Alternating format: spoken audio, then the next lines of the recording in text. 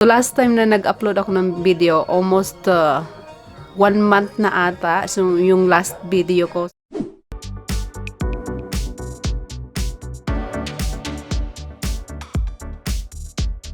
So gusto kong i-continue yung pag-upload ng video. Gusto kong i-continue yung pag-vlog. So sikapin natin magkaroon tayo ng... So try ko magsingit ng extra time para makapag-upload tayo ng video, and then at the same time para makapag-vlog tayo. So sikapin natin at least once a week makapag-upload tayo ng video.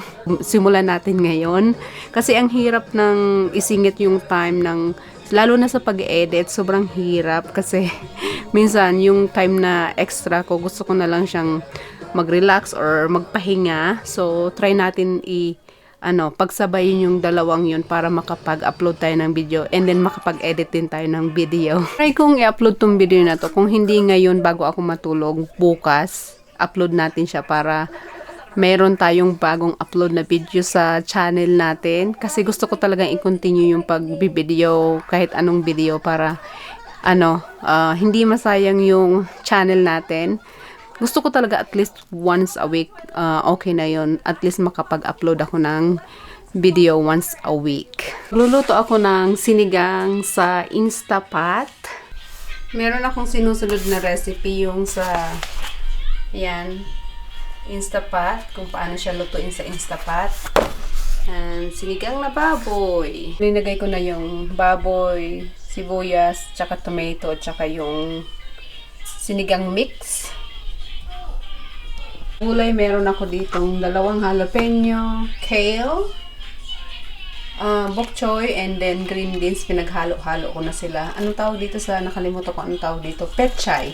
Yun, paghalo-in ko lang siya kasi wala akong ibang gulay. Ito lang yung available na gulay na meron ako. So, okay na yan. So, lutuin lang natin siya ng 20 minutes on high pressure.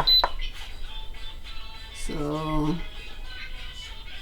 yan, 20 minutes. Nakaset na siya. Antayin lang natin siyang maluto ng 20 minutes and ready na siya. Start na siyang mag-counting. Ayun na guys, yung sinigang natin. Maganda sa Instapot na ang daming gulay. Maganda sa Instapot na magluto ng karne kasi yung karne sobrang lambot talaga. Halos kumakalas na siya sa lambot yung karne. Kaya favorite kong gamitin tong Instapot pag magluluto ako ng meat kasi sobrang lambot ng meat niya. Continue natin yung vlog natin kahapon. So kaninang umaga, nalit ako ng gising. May pasok pa naman ako ngayon. Maaga yung pasok ko ngayon. 7:00 ng umaga. So nagising ako ng mga 6 o'clock something. So talagang late na yun sa akin kasi maliligo pa ako. Marami pa akong ginagawa bago ako pumasok sa trabaho. Hindi katulad ng iba pagkagising. Diretso na sa trabaho, hindi eh.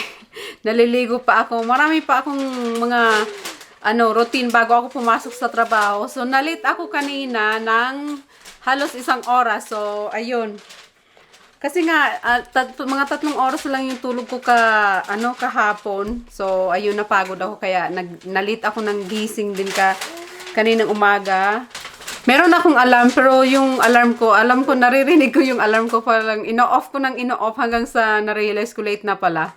Kailangan ko nang bumangon. Unbox tayo ng in-order kong pangkilay sa Amazon. Kasi sa Walmart wala silang stock ng shade ko. Bumili ako sa Walmart ng pangkilay. Mali yung nabili kong shade. So, wala silang shades na ginagamit ko. Ayun, bumili na lang ako online para makuha ko yung shades talagang ginagamit ko kasi wala talaga sa store na available na shade.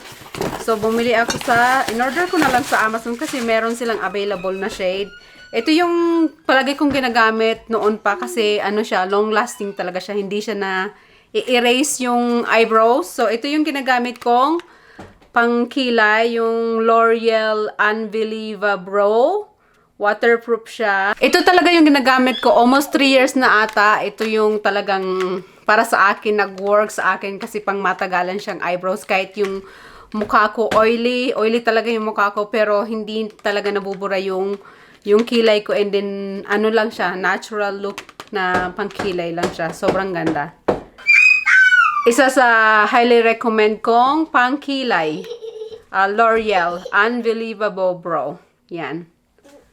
Yung shade ko pala is dark brunette. Yung nabili ko sa Walmart is light brunette ata yon, kaya masyadong light sa kulay ng hair ko, kaya hindi siya matchy ng kaya mali yung shade na nabili ko. So ito talaga yung shade na ginagamit ko, yung dark brunette. Kanina bago ako umalis sa trabaho, nagmamadali ako. sa pagmamadali ko, nakalimutan kong mag-clock out. Day off ko pa naman bukas. So, kailangan ko i-figure out paano i-fix yun. Pagbalik ko na lang sa Friday, pwede naman yun time adjustment sa Friday. Kasi nagmamadali ako ngayon umuwi kasi sabi ko, kailangan kong magmadali ngayon umuwi kasi may pasok din si Dan. Ayokong nalilate ng uwi kasi papasok din siya. Pagka uwi ko, papasok din siya sa trabaho. Gusto ko yung may time siyang hindi siya nagmamadali din pagpasok sa trabaho. Alam nyo, ang ganda-ganda talaga yung ginagamit kong CC cream. Hindi siya foundation iba yung foundation sa CC cream or BB cream, di ba? Itong ginagamit ko to, ang ganda sa mukha. Yung glowing yung mukha mong parang ang gandang tingnan na yung skin mo sobrang healthy. Ganyan, gusto ko talaga yung na yun, na CC cream or BB cream. Basta ganon. Ito guys, yung sinasabi ko sa inyong, ito yung palagi kong ginagamit, especially pag nasa work ako. Ayoko ng heavy duty na makeup. Yung very light lang. Ito yung ginagamit kong foundation or ano ba to? Foundation siya. Ang sabi sa container is foundation. Sobrang ganda. Very natural lang yung coverage niya sa mukha nyo. Yung parang glowy, healthy skin yung mukha mo. Ganyan. Ganyan yung sura niya guys. Cute ng ng packaging, naka-pump siya. Highly recommend ko siya kung gusto niyo i-try. Try nyo. Worth it siya. Promise. Ganda sa mukha.